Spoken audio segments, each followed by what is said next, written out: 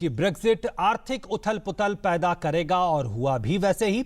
Sensex शुरुआती कारोबार में करीब 600 अंक की गिरावट के साथ खुला। यूके में कारोबार करने वाली कंपनियों के शेयर 13% तक लुढ़के।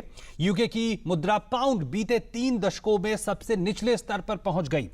टोक्यो स्टॉक्स में 2008 के बाद सबसे बड़ी गिरावट देखने को मिली और लंदन के फुट्सी 100 में करीब 8.3% की गिरावट दर्ज हुई। अब सवाल यह है कि ये बाजार आगे संभलेंगे कैसे। एक ऐसी घटना जिसने दुनिया भर के बाजारों को हिला के रख दिया। यूरोपीय यूनियन में बने रहने पर फैसले के लिए हुए जनमत संग्रह में ब्रिटिश जनता ने यूरोपीय यूनियन से अलग होने के लिए मतदान किया है।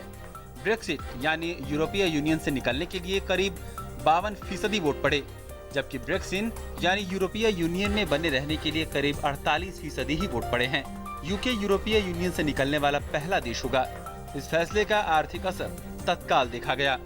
यूरोपियन यूनियन के बाजार हो, एशिया के बाजार हो या भारतीय बाजार हो, सभी पर इस नतीजे का असर देखा गया है। भारतीय बाजार में खास तौर पर सेंसेक्स की बात करें तो सेंसेक्स एक समय पर 1000 अंकों की गिरावट के साथ खुले, बाद में थोड़ी सी इसमें सुधार देखी गई और ये 600 अंकों की गिरावट के साथ करीब 26,398 के स्तर पर बंद हुए हैं।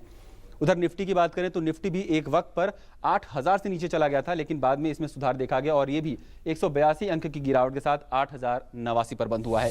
अगर हम बात करें कि किन शेयरों को बहुत ज्यादा नुकसान और फायदा हुआ है तो उनमें नुकसान वाले शेयर ज्यादा हैं, खासतौर पर ऐसे शेयर कंपनी जिनका यूरोपियन यूनियन और इंग्लैंड में काफी ज्यादा कारोबार रहा है। Tata motors, Tata steels, Larsen, ICICI bank, ONGC, ये सारे करीब 3 से 8% की गिरावट के साथ बंद हुए हैं।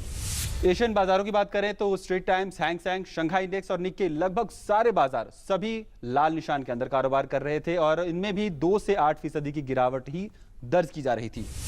यूरोपियन यूनियन की बात करें तो यूरोप के जो प्रमुख बाजार हैं फुत्से, डैक्स, कैक 40, इनमें भी गिरावट का ही रुख देखा गया है। करीब 8% से लेकर 5% तक की गिरावट इनमें दर्ज की गई है। वित्त मंत्रालय ने बाजार की उठापटक के बीच एक बयान भी जारी किया। वित्त मंत्रालय ने कहा कि देश में विदेशी मुद्रा का भंडार सुरक्षित स्तर पर है। जहां तक बात वित्तीय स्थिरता की है तो रिजर्व बैंक तरलता की किसी भी समस्या से निपटने के लिए पूरी तरह तैयार है। आर्थिक सचिव शक्तिकांता दास ने बताया कि सरकार और रिजर्व बैंक ऑफ इंडिया आने वाले कई हफ्तों में होने वाले बदलावों के लिए तैयार है।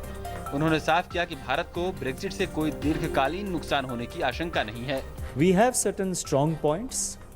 Over the last several months, we have built certain firewalls to, deal with such external developments and external pressures.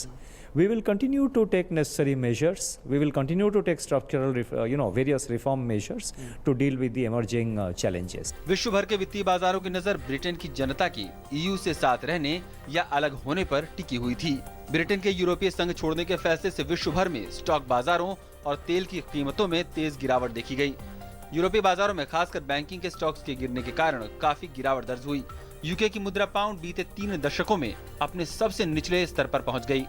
British मुद्रा अमेरिकी डॉलर के मुकाबले करीब 5.7% और यूरो के मुकाबले 4% कमजोर पड़ी।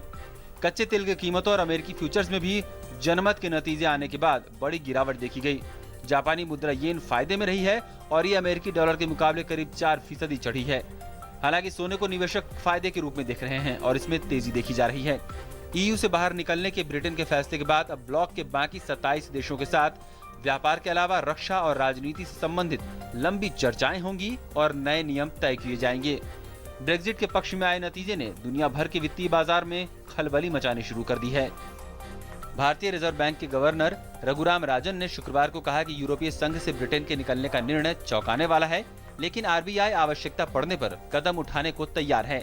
रिजर्व बैंक ने कहा है कि करेंसी मार्केट में अगर जरूरत महसूस हुई तो केंद्रीय बैंक हस्तक्षेप भी करेगा। भारत ब्रिटेन में तीसरा सबसे बड़ा निवेशक है और ब्रिटेन के साथ भारत का द्विपक्षीय कारोबार 14 अरब डॉलर से भी अधिक का है। ब्रिटेन में करीब 800 कंपनियां भारतीयों की हैं, जिनमें 1 लाख से भी ज्यादा लोग काम करते हैं। ब्रिटेन दुनिया की सबसे व्यवस्थित अर्थव्यवस्थाओं में से एक है। दुनिया भर की जीडीपी में ब्रिटेन का योगदान 4% का है और जीडीपी के ही लिहाज से ये यूरोपीय यूनियन की सबसे बड़ी अर्थव्यवस्था है।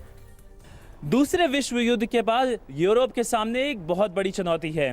क्या रूप होगा अब यूरोप का जब ब्रिटेन ने ये फैसला कर ही लिया है कि उसे यूरोपियन यूनियन को छोड़ना है।